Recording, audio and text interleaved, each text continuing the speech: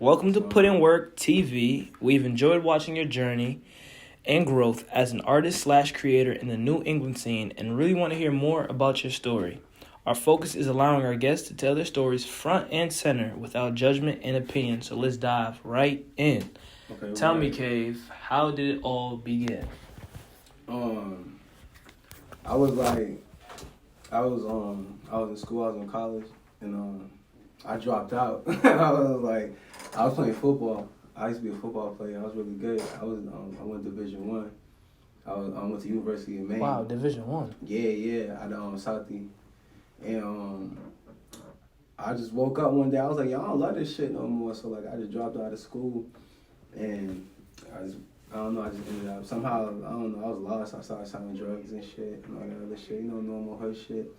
And then one day I was like, man, someone told me just to go out, go spray painting. I was like, cause I remember I was in high school, and I went spray painting one night, and I told my niggas, and I was a jock. They was like, nigga, you did what? You snuck out your house at 3 They try to make you look crazy. I was like, oh damn, that shit lame, huh? I was like, fuck. But then one night I was like, I remember I like that spray painting shit. So I went out spray painting, and from there I just really got into art and shit. I was taking photographs and shit.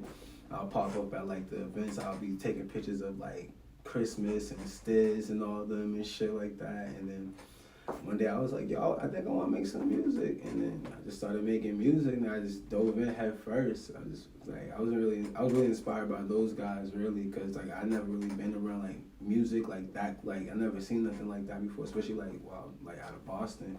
So I got to witness that front and center, as a fan, and also as a participant, because they fucked with my sound and shit. They fucked with me as a person. So I kind of got to learn a lot of shit from watching them come up and shit. So that shit was hard. That shit was fire. So tell me, everyone has an origin story and everyone has different environments that they have to deal with. So what was it like growing up where you're from? And how did it affect you and the person you became in the future? I'm from Dorchester. Dorchester for life. 607. 607. I got that shit on my stomach. Dorchester. I love Dorchester. It was my mom's and pops got divorced when I was 6. So it was on my mom's side. When I be at my mom's house, it was more structured life. You feel me? And she did her best to try and keep us out of that, out of the streets and shit. And then I go to my dad's house, and it was no rules, nigga. I was 12 years old, outside on Blue Hill Ave at 3 o'clock in the morning, seeing all types of shit. First time I seen someone get shot, I was 9. Wow. Yeah, nigga, shit was What crazy. did it do to you, seeing that happen and then going home and saying somebody just lost their life in front of you? That shit, it just, me being 9, I never really processed it. I'm just I don't know, that shit, it seemed I don't know, maybe I still haven't processed it, you feel me, maybe, but I don't know, that was the first time I seen it, I just yo, shit get real. Niggas died, that shit crazy, nigga. Oh yeah, niggas died. That was that. I feel that probably, made me a little violent type shit, you feel me? As a response, fight or flight response, you feel me? That's probably how that affected me. And so, do you feel like it numbed you, it desensitized you, and did that become a disadvantage, or was that an advantage to the situations you had to respond to? It was an advantage in some ways and a big disadvantage in other ways, because I kind of didn't know how to turn it off. That's why the football shit was so cool, because that's why I channeled that shit. So when I dropped out of school and I started playing football, that's how I started getting more involved with other shit, because I was I ain't got nowhere to channel this shit. And then art, I found art, and that shit saved my life, honestly, because it gave me some shit to really put all the shit that I'm going through and feeling, you feel me, put it somewhere, rather than taking it out on myself and those around me and all that other shit, just Definitely help me be a more positive person. So because of your experiences, you ended up using it to your advantage and not as a crutch. Yeah. You weren't a victim. Nah, fuck no. Yeah, I'd rather be a villain than a victim. But I'm so I'm trying to change that mindset right now. I'm like, yo, you gotta chill. like, Your little voice in your head, tell him calm down. Yeah, on dogs. I mean, before I moved back home from Cali, I was just living in Cali before I moved back home. And like, I was talking to my high school coach. That's funny. I was talking to him. I was like, yo, he's like a big man of God. I was like, yo, I want to like learn how to stop like trying to take revenge and like, you know, like feeling like I always need that lick back and all this other shit. The very next day, nigga, I got robbed for like a baguette studded fucking because the PPP was busted.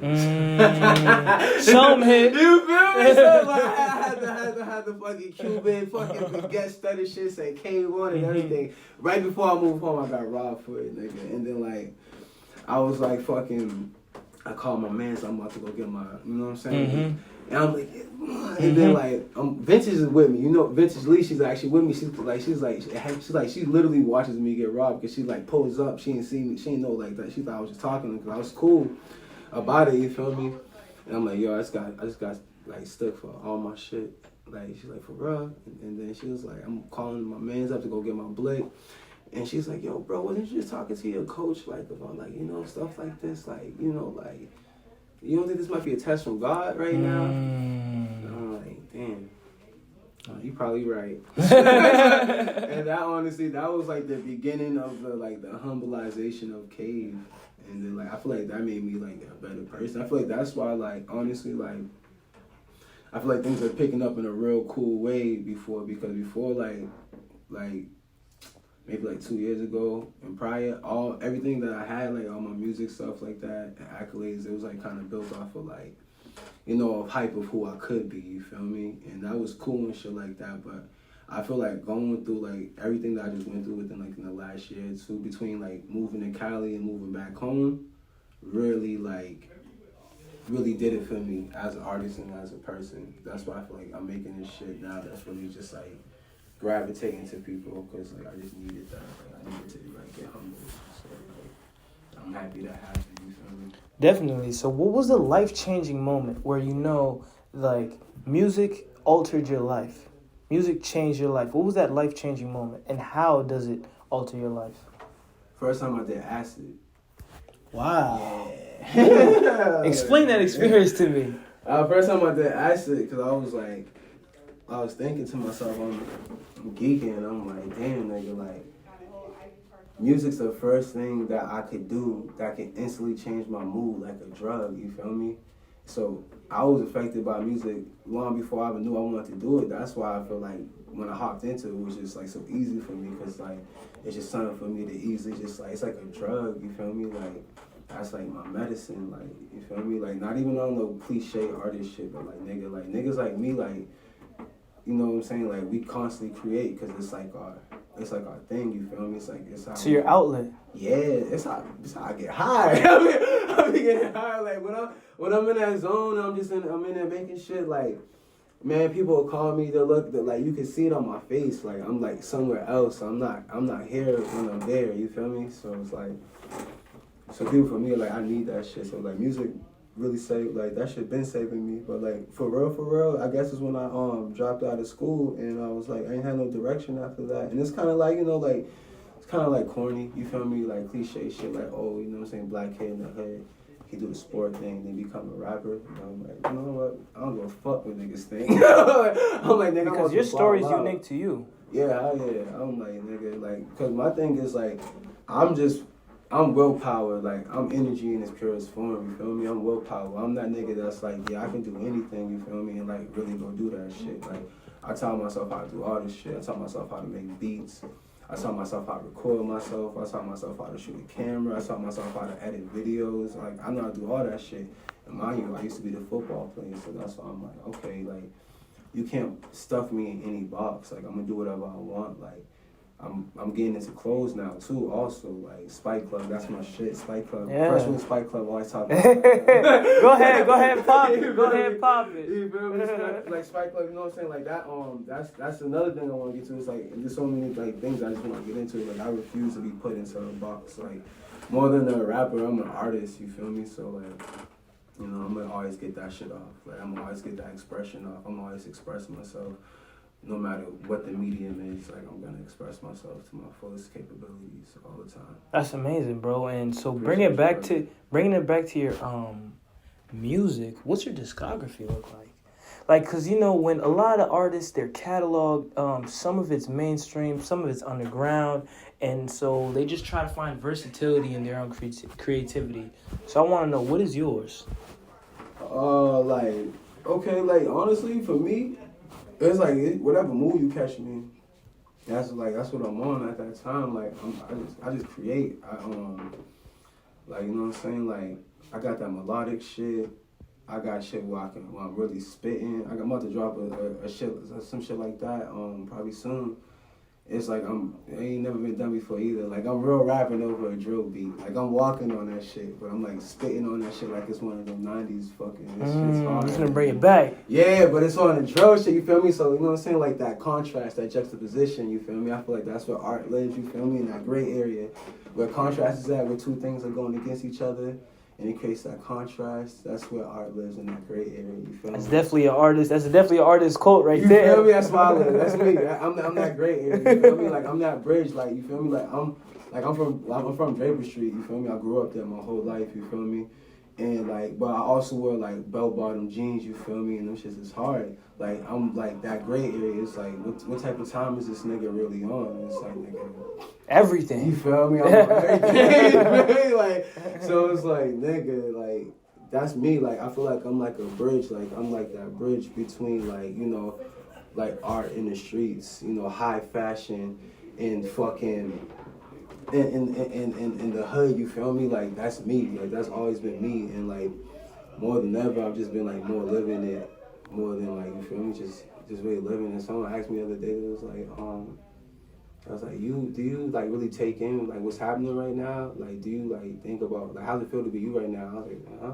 I was like, I ain't really know how to answer that because like I just be in the now. You feel me? It's all about like right now. Like you feel me? Genius is born in the moment. So I be right here all the time. Genius is born in the moment. You should write that down, man. That was deep. That was deep. That shit just happens. You feel me? So that's why I try to just be here right now. You feel me? Like all the time. Like just right here right now. You feel me? Like. Not back there, not up there, you feel me? I used to live in the future all the time, and like, that shit's not it, you feel me? That ain't it. You gotta be right here all the time, right now. So, you know, when you're making your music, what is it you want to give to your audience? What can they take from CAEV's music, and what message are you conveying? Like, what do you want to give to your audience through your music, through your energy, through your creativity? I want them to know I'm right there with you, you feel me? Like, I'm right there with you while you're having your human experience, you feel me? I'm having my human experience, and through that, I hope we can connect, you feel me? Like, that's more than anything, like, I'm playing, because that's what the music's been doing for me my whole life, like, it's been that thing for me, like, there's always a song playing in my head, you feel me? There's always a song playing in my head, so it's like, that's what I want to do for my audience is like, yo, I'm right there with you, you feel me? When you feeling good, when you feeling down, when you don't know how you feeling, when you want that lick back, whatever, I'm right there with you, let's go. So with every single one of your songs, like an artist can tap into a different dimension based on what type of experience they're having at that moment. Yeah, like basically I look at music as like little pills to pop, you feel me? If I want to get up, I'm going to pop this one and this song. I'm gonna put that too much fun in. If it's time to get that money, we're gonna put in trap. That's what I got two tapes coming out. Too Much Fun and Take Risk and Prosper. That's an acronym for trap. Like, so you know, those are two tapes I'm coming out with. Like those are two different vibes. Too much, and that's what I was on this summer. Getting money and having just too much fun. Can't have too much fun. Can't have too much fun, bro. Way too much fun. So let me ask you, so what is your process of creating and what did you learn most from it? Because with every artist, with every photographer, with anybody interested in the arts, there's step one and there's the last step. Yeah. And in between there is your process. And you learn so much from it going through with it every single time because it's always different. Facts. You mean like the process of like creating the music or creating the music and putting it out? Whatever you believe it to be, your process.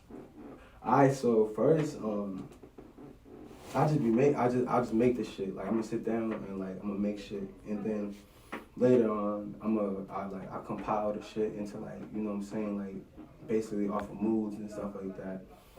Put it together, you feel me? Put it out. And that's really it. Like, but when I sit down to make this shit, I don't know. Like, it kind of happens, bro. Like, I really can't describe it. It just happens, bro. Like, I feel like I'm just a vessel at that point. You feel me? Like, that's God. You feel me? Like, in the most humblest of ways. You feel me? Like, that's God. Like, I can't really explain that shit. That's like asking a bird how to fly. It's gonna tell you to flap its wings. You feel me? Like, I don't know. It's just the love energy. Yeah, I just do it. It's like something come over me. It's like I'm compelled to do it. You feel me? Like, I don't know. And if I'm not compelled to do it, I won't do it. Yeah. You're very strong in your willpower. Yeah. If I'm not compelled to do it, like, I gotta follow that frequency. There's like a certain frequency that I'm following. And if that frequency isn't strong, like, you know what I'm saying, I'm not going in that direction. I'm not going that way if I don't feel it. So that's just how everything gets done with me. Like, you know what I'm saying? Like, just I feel it. Like, let's go. We out. We gotta do it.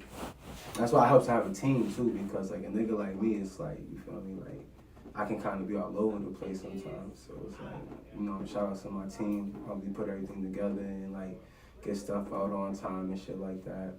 So you focus on creating, and they push what you need to create to the audience. Low key is a lot of me, but like when I say team, it's more like just like having like a team of advisors. At the end of the day, I be doing everything for myself. Like, I upload the songs to DistroKid, or like for my first tape, like my first official tape, Broken Talented, I sold that. I sold that myself through my own website and everything. I made like $1,500. Wow. Yeah. So when you say you sold it, like, you know, people just bought the album.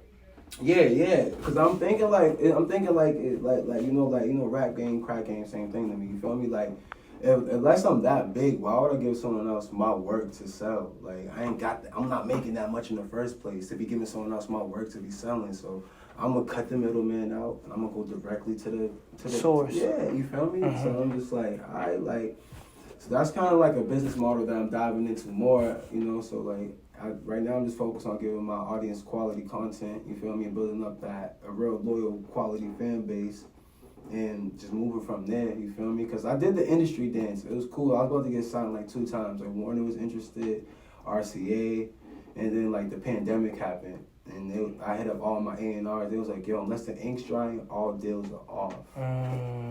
And you realized independency was the route. Yeah, it took a while, though, because I was depressed, nigga. I was fucked up. Hey, we all were. I'm not going to lie to you. That's what my man told me. So it made me get out my feelings. He was like, man, this shit happened to everybody.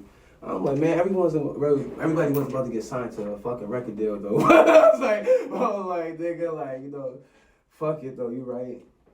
That shit happened to everybody, so like, you know. And then like, shout out to Buddy. We was talking about this shit back and forth, cause like, nigga, like that, like them niggas, you know what I'm saying?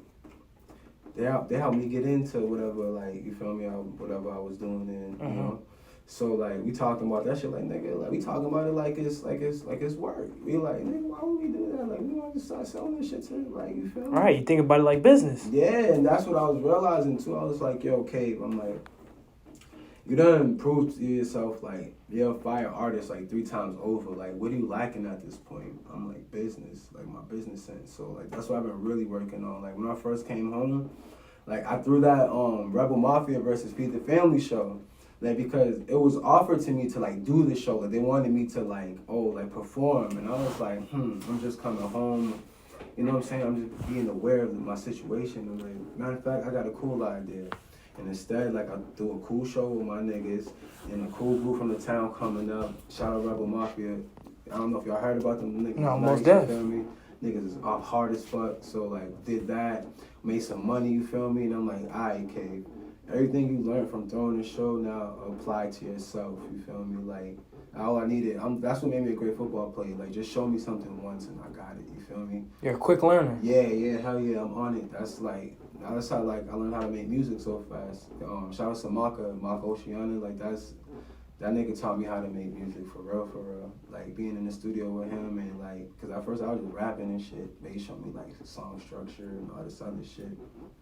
So let me ask you, what motivates you the most? What ignites the flame where you just can't stop? You just go. What motivates you? What gives you that drive, that desire? I don't want to be no lame. I don't want to be no duck. I ain't no slouch. It's just like hard work. Like even when you don't want to do that shit, you gotta do that shit. You feel me? Like and like you just grow to love the work. Like in the cut, like I only have like probably like at the very most, I have no idea, maybe like 3-4 tapes out. You feel me? And only one of them are official. But in the cut, I got like over like 600 songs. Jesus. So it's like, let me see. We gotta show the cameras. Show the cam. Say don't think you capping. Hold on. Show them the hard work, man. You feel me? It's like, even though shit I don't put out, it's like, nigga, I got mad fucking music, so it's like I'm always working on this shit. Where is it at? How you see the thing where it says like 1 of like 500 or something like that? Oh, the amount of songs. Hold on. There you go. 2 of 641. Jesus, you feel me? You wasn't lying, guys. I ain't lying. and like that's what it really is. Like I just be really at this shit. So like at this point, and like shout out to Buddy, he's like, bro, you gotta start dropping, bro. He's like, you got all this music that CAEV, you done like became a different artist on the low, like 3 times, nigga. He's like, no one even seen it. He's like, only your niggas know how good you are. He was like, you gotta put your music out, bro. And you've improved. Yeah. Every time. Yeah, hell yeah. Like, yeah, I just love this shit, bro. Like, I really love this shit. I really love this shit. Like, I love music. I love music. I love that shit. I can see it, bro. You really have a passion for it, and it's like, not only do you strive for your personal success, you want to be able to impact other people, because the same way the music made you feel a certain way, you want them to feel like that, right? Hell yeah. I definitely want to inspire. I feel that's what our job as artists is, like to inspire, like live to inspire, you feel me? And to like, depict the times in which we live, you feel me? And inspire people with that, you feel me? Like just put real life back in people's face, like, yo, this is what's happening, you feel me? That's what I'm like.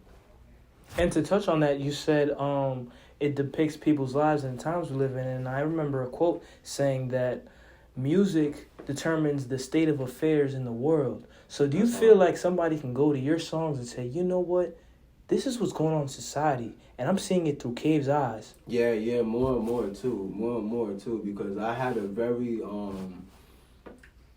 like particular point of view for a long time, and then like, like my world just started opening up more, you feel me? Like I moved out of Boston, I was living in New York, I lived in LA, so I feel like my topics, like my just things I've experienced are just like broader than which I even came from, you feel me? Certain experiences that I got in LA and New York, I would never get in Boston, you feel me? So it's just like, just shit like that, like different perspectives. Yeah, man, just like definitely just broadened me up, and like I'm like a sponge too, you feel me? So it's just like I just kind of just like soak shit up, you feel me? Like, so like. What can you say that you've seen from New York and LA and coming back to Boston that you just wish the 617 had?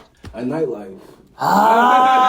That's it right there. That's all we need. That's it right there. That's all we need. We had a nightlife. We had a place where people can pull up. You know what I'm saying? And like, shit don't end at 2 a.m., you feel me? It's not heavily policed, my nigga. The music is right, you feel me? And up to date, you feel me? Like, that would be hard. Like, it's a place where culture could really exist. Like, it's hard for like, that's what I wish. I wish Boston had a place for black culture to exist, you feel me? Like, freely. Like, that's why I dig with what y'all got going on, you feel me? It reminds me of that. It reminds me of like culture, you feel me? Even when we doing this right now, you feel me? It's in the heart of like the Black Mecca, you feel me? So it's like, I feel like that's what I wish we had more, like just a place where like, not even just like black culture, but minority culture to really like bubble and like grow, you know what I'm saying, like fester, because like, that's what has to happen with like real culture. Like it has to grow from like the primordial ooze. Seed to a tree. Yeah, you feel me? Like it has to like really fester, and like just like even think like graffiti, like that shit gets taken down like 2 days here. You feel me? Wow. Like that shit's like, it seems so like trivial, but that's very big. to just like building that environment, building that atmosphere of like, yes, like, you know, freedom exists here, you feel me? And that doesn't really exist in Boston. That's one thing I wish like existed in Boston, was just like, just that freedom. Most definitely. Of culture, you feel me? So what do you think of all the murals and the artwork? Like, I know in LA you're walking down streets and you're just seeing artwork everywhere. Yeah. In New York, you know how many legendary pieces you see everywhere, and you see studios, you see artwork, you see murals, you see spray painting. Like, what do you wish you could see in Boston? That shit. Yeah, just more of that shit. Like, you know, just like, it's more fun, you know what I'm saying? Just like, that's really it, man. It's more fun, and like, it's more place for us to exist, like, freely. That's really it. Like, but y'all doing the groundwork. Y'all for real doing the groundwork. Yo, and also, yo, you remind me of my man's Rams and tripping me out. What is it that reminds you of me, of your friend? The way you interviewing right now, like I can tell you you doing it, like, you feel me, like, and then you even sound like him, kind of look like him. And I was just shouting him out the other day. I was like, yo, bro, like, I hear from niggas, like, I miss you, bro. We'll touch on that after the interview. Yeah, huh? We'll definitely talk. That's crazy. So bro. tell me, you know when you step into things where, you know, coulda, shoulda, woulda is the curse of life, right? Thanks. And so, what do you wish somebody could have said to you? CAEV, come here. This is what you need to know. This is what's gonna happen when you do this. It's gonna take this long. What do you wish you could have known before you started? Basics and fundamentals. I would tell myself to just drop that shit. Just keep on dropping. Like, To not be in your own head. yeah, like, don't have no expectations and shit, because like, I came from like that Stiz era, you feel me? So it's like, you feel me? I got to watch him come up. So everyone who watched him come up and had anything was even close to that shit in any type of way was like, yo, I need to make that one tape. That's gonna take me the fuck out of here, you feel me? And that shit fucked up a lot of people's heads, you feel me? Like, you know what I'm saying? Some people recovered, some people didn't. Thank the God, I recovered. I was like, nigga, like, fuck that shit, nigga. Like, I would just keep. I look at every song now like a quarter in a machine, nigga. I mean, you always 3 minutes away from changing your life. You feel me? Like a 1 minute 45 song to 3 minutes away from changing your fucking life, and that's how I look at it. Like, I'm like, I got 642 tries. You feel me? So like, And they keep batting them yeah, up. we gonna keep swinging. Like, we gonna keep swinging. Like, one of these shit's gonna hit, and then until then, nigga, we gonna keep making money. So that's really my thing. I'm like, you know what I'm saying? Like, keep making money. I'm gonna just keep making money and feeding into the art. Most like, def. Make the art feed the money, make the money feed the art, and, you know, just make that shit keep happening. What was the mistake you feel like people made when they watched Cousin Stiz go up? Like, was it that they were too focused on just making a big hit song that would take them out, and they weren't focusing on their creative process? What was the mistake? I feel like people from that era felt like they needed a tape more specifically. Because it was like people like, you need that perfect tape. Because, like, you know, that's in any industry, it's a copycat industry, you feel me? So like, we've never seen that before. We didn't see that before. Someone just really just like take off out of Boston. So we was like, yo, that's the blueprint. That's what you gotta do. You gotta drop a hard single. You gotta have a fire tape to go behind it. And you gotta have this and that. You gotta have this person there and all that other stuff. And it was never like that. That's just how it happened for him. And that's what it took. It like, you feel me? That was like, his experience. That was his experience, you feel me? Like, I'm having the CAEV experience. I love it, you feel me? So it's like, just keep banging. keep going. Dog, so I'm like, every label meeting that I've ever had, like, I walk myself in there, you feel me? No shade to no any other artist. You put yourself in that room. Yeah, I put myself in there. Like, the labels are emailing me, calling my phone, you feel me? So, like, no man has ever held my hand into those offices. Not no agent, not no manager. No, none of that. Like, it's always been CAEV. I've been in Warner, RCA, Sony. I done had meetings with a lot of these people. And what I learned was like, yo, let's build some leverage. Because that's one thing I was lacking. They wanted to sign me to a bunch of deals that were kind of like slave deals. I'm like, you know, to keep it a stat, nigga, I'm like, at the time, I'm like 26, 27. Like, so, like, I'm like, you know, I'm 28 now, so I'm like, I don't know if that's like, you feel me, something I want to do. I don't know if I want to sign someone for like 3-4 albums. I'm like, nah, my nigga, I'm looking for something that's more my speed, you feel me? They kept wanting to sign me to like shit that wasn't really like, you know? But then I had like that meeting with RCA coming up, and then we was talking about shit that was more like my speed, and then like that pandemic shit happened type shit. Yeah, no, that wave hit everybody. Yeah. So how does then that segues into this question, how does your personal life and your creative process interfere? Because you might be CAEV the artist, and then when you go home, you're CAEV somebody's kid, or you're CAEV somebody's best friend. So how does the personal life and the creative process interfere with each other sometimes? I can't keep a bitch. I can't keep a bitch, dog. Explain that to me. Why can't man. you? What are the factors that lead up to her leaving you? Is it you focused on your mission? What is it? It's me on the mission. Like, it'd be the mission above everything else. And the mission just gonna, like, it's just like, you gotta change life with that shit. So, like, I had some good ones, I had some bad ones, but I couldn't keep none of them. But they still all love me. But it's just like, yeah, I know. Like, Stuff happens. Yeah, because, like, I'll be CAEV 24/7. I put CAEV in the front seat a while ago. Like, I put that other nigga in the back seat. I'm like, yo, you making too much dumb decisions. We gotta let CAEV, like, sit in the front. You feel me? Like, let CAEV drive. Let him take control. Yeah. I was like, let CAEV drive. So I'm CAEV all the time. Like, that's my nickname from high school. Like, niggas. Where did you get that nickname? Caveman, because I had a beard since I was like 16. I was eating pussy since I was like 12. Wow. so I don't wanna take a left turn here, but how did a 12-year-old end up eating a girl's pussy? I think I was like in 6th grade, and I had health class, and I seen like a picture of a pussy in health ed. And I was like, ew. Disgusted by it. Yeah, I was like, that's that shit I've been wanting lately, nigga. Like, what the fuck? That's what it looked like. It looked weird. Yeah, that shit ugly. I went home, and I told my dad, I was like, yo, not my stepdad, but that's my nigga, you feel me? That's my dad. He was there, you feel me? Whatever. Respect. Yeah, that's my nigga. But he was like, I was like, yo, and I said, nah, I was actually ugly. I'll never eat that. He was like, that's what you say till you get older. So I eat it. I thought about that shit all night. I was like, damn, like, what did he mean? yeah, I was like, I want to suck dick at eating pussy. Mm-hmm. So I was like, I should get started now. So then I had a little girlfriend. I was like, I brought her home and I ate her pussy. And I wasn't much since then. Don't use that term. Listen, you were just experiencing. Don't use that term here. We don't say much over here. You were being a grown man too early. Came in so much. Get out of here with that. Dog, I was like, oh, this not bad. I was like, okay. So it went from caveman to CAEV, and from then on, everybody calls you that nickname, no matter what. That was your name. CAEV. Yeah, everyone just calls me CAEV or D because my real name starts with a D. Yeah, we won't say it here. We won't say it here. We'll Well, leave that for the really special D. girl that's gonna come.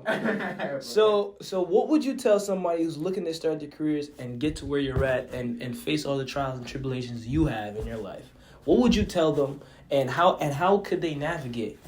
Just believe in yourself and just do that shit. Like, fuck sitting on ideas, you know what I'm saying? Like, all that shit, just go do that shit, you know what I'm saying? Get to it, just do it. That's one of the, like, Buddy Rock, like, that's my nigga. That's my nigga. I love that nigga 1,000,000 times to the moon and back, my nigga. Cause, like, that nigga, he showed me something, you feel me? And he would tell you that he's, like, I'm one of the persons that taught him a lot of shit, like, and that's the type of energy that I want to, like, put into the world because, like, that love I showed him is now being returned to me, and me be able to learn from him now. Because that nigga's like, yo, I'm just going to keep on going, nigga. I'm just going to keep swinging. And I'm like, yo, you right, bro. Like, you know what I'm saying? Like, I used to be a quality over quantity guy, but like, you can do high quantity volume and high quality because we're those type of artists. So I'm like, yeah, you right, bro. I'm like, you right. So shout out my nigga. Like, that nigga done saved my life in many ways, you feel me? That's my brother, for real. He done saved my life outside, he done saved my life inside, you feel me? That's love.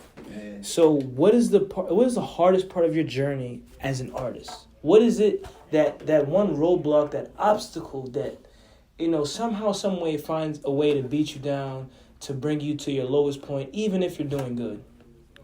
I feel like I got through that part. You feel me? Just being broke and doing that shit. Like, just being broke and trying to be an artist. That shit's like the hardest. Like, I slept on roofs for this shit. Like, slept on a train in New York. You feel me? Like I done been in some situations chasing this shit. Like, I done really been down, nigga. Like, people don't know that shit because, like, I make it look good. Even that New York thing, like, I made it look real good. But it's like, nigga, like, those You were going through some stuff. Yeah, dead ass homeless. Like, dead ass homeless and broke. But I was fresh as fuck, though. So I was like... And you had a vision. Yeah, I was like, I'm gonna do this shit because I just knew, like, I had to get out of Boston when I did because I was, like, going through, like, personal shit. Niggas thought I left because I was on some Hollywood shit. I was like, nah, nigga, like, I'm gonna kill myself. I'm saying, like, That's I'm out, nigga. Like, oh God, like, I'm like, nah, this shit ain't it. So, like, yeah, I was like, for whatever for the music. So that's why it's like, that really be the hardest part with the personal shit. Like I said, with the girls, they really get. I done had a couple girls that compared like the music to her. Like how one ex called my fucking setup like her. Wow. And then we talked about it. So she like, characterized herself. Yeah, I was like, after when she came down from her little like tantrum, I'm like, yo, you think that's called that her? And she was like, yo, that was crazy. I'm like, yeah, I'm like, bro. And that's how it really is for me. Like, I'm gonna choose the music every time over anything and everything, because that's what keeps me going. So where does CAEV see himself? And I know this is a cliche question. Where do you see yourself in 5 years? And I think an even better question is, what do you see yourself becoming in the next 5 years? In 5 years, like, I see myself at least with like at least one hit on the charts, you feel me, and being known, you feel me. Like, I remember I seen a quote. It was like, being a celebrity is being known for how you live. Being famous is being known for what you do. So I'm like, if that's the case, I'm gonna be fucking famous, dogs. Cause niggas gonna know what I do, like straight up. Like, niggas gonna know what I do, like for real. Like, I make that shit for real. Like, I really be like making that shit. You feel me? Like, I got a couple hits, like Glock Walk. That shit's a hit. That shit, it just was number 3 on the independent charts and fucking for like across like the streaming platform. Congratulations, bro. Appreciate you, brother. You feel me? So it's just like, I'm gonna be lit. I know I'm gonna be lit. Like, I knew since I was a jit, I was gonna be rich. And then, like, You making it rhyme right now. I just knew that shit. So I was like, yeah, man. Like, in 5 years, I'm gonna be lit. I already know. Like, how lit? I don't know. You feel me? I just know I'm gonna be lit in 5 years, because it's like I'm finally like at that place where I need to be as an artist and as a man. You feel me? To like really go do this shit. Like, there was some growing up I had to do before God was gonna give me this. Like, and I realized that now. So like, I'm in the process of doing that. So in 5 years, I know I'm gonna be fucking lit. That's great, bro. Yeah, I got God. You got God on your side. Yeah, like for real. I got locked up in Cali for some dumb shit. I was in there for like a week, and I was like, yo, if this was a movie, like, who would you be? Like, I was like, look at yourself in the third person. I was like, who would this character be? I'm like, oh shit, this is the lovable loser. This is the nigga that people will be rooting for, but he just can't seem to get out of his own way. Yeah, bro. There it is. I know how that movie ends. Yeah. I'm like, fuck that. I'm not gonna become that guy. Yeah, I'm like, I need a total character revision. Came home, humbled myself, my nigga, started over, nigga. I just blew like fucking 40 bands, nigga, on a bunch of wild shit in my art, you feel me? Nigga, lost 2 bitches at once, nigga, both of them my heart, you feel me? Both of them were my heart, nigga. They both knew that shit. Came home, was completely broken, nigga, got myself back up on my feet, you feel me? Like, within a matter of months, you feel me? And shout outs to my niggas, because that was a big part of that. They kept you strong. But he was like, my nigga, like, come home, bro. He was like, that love, that, say no homo, that love, that, like, you, like, I be thinking I want from a bitch, like, that trust and understanding. He's like, nigga, no homo, I get that from gang, nigga. I was like, nigga, you know what, you right, my nigga. Came home, got back with gang, nigga, and, like, that shit just been right ever since, because it's like, I'm a team player, you feel me? Like, you know, I'm not really, I can't be a lone wolf when it's time to, because, like, every man has to be, you feel me? But, like, I'm a team player, like, you know. You're not a ball hog, you're not Kobe. Yeah. I could be Kobe. You could be Kobe. You feel me? You had to throw that in there. I could be Kobe when it's time to be Kobe. That's the fact. Like, at the same time, nigga, I could be Phil Jackson, you feel me? Like, facilitate. Yeah, you feel me? Like when I came on through the show, like that like a lot of people don't know I threw that show, that I was the man behind that shit, you feel me? But it was just like, I seen the opportunity for gang, you feel me? I was like, oh, this gonna make us look real good, nigga. Like, you know what I'm saying? Like, and nigga, gang showed out. That was one of the best performances that Feed the Family had all year. Most definitely. Hands down. So it was just like, that was a big moment, you feel me? And I was just happy to be behind it, you feel me? And you did that. I did it, but we did that, you feel me? We did that, because, like, I couldn't have did it without them. I needed everyone from Feed the Family to Rebel Mafia to the promoters who linked up with me. Like, that was, like I said, that was like God's work. I had a whole plan for myself. I'm like, yo, I'm gonna come home, do home for a year, get busy, you feel me? And then next step. So right now, next step. Where do you see the New England music scene in 5 years? 5 years? Yo, honestly, if there was to be some type of infrastructure, like for artists and music and art and stuff like that, in 5 years, yo, with the talent that's around, yo, like, I could see, like, really cool things. I could see people getting signed out of Boston, like, not having to leave Boston, you feel me? Like, that being more of a commonality, you feel me? Like, a lot of great young artists, like fucking Tomo, Sabo, fucking Key. I don't know if I'm forgetting a bunch of them. Fuego. Yeah, you feel me? C4, you feel me? Like, bunch, like, Brockton, there's a bunch of, like, that's why I'm, like, happy to be here and doing this shit with you. I'm like, I feel like y'all are helping lead that wave, you feel me? Like, that next wave. And I'm just like, hell yeah. So, like, in 5 years, bro, like, with some real infrastructure, who knows? I remember me and Tim LaRousse, this manager, we talk all the time, that's my nigga. We always talked about, like, how Toronto got their shit, like, going out. They was like, yo, all that shit started, like, 10, 15 years prior, you feel me? Like, it started from, like, a after-school program where Drake and all these other guys were going after school just to, like, be on computers and do stuff. Like, it started with that shit. Now you have that, like, 15 years later. So, like,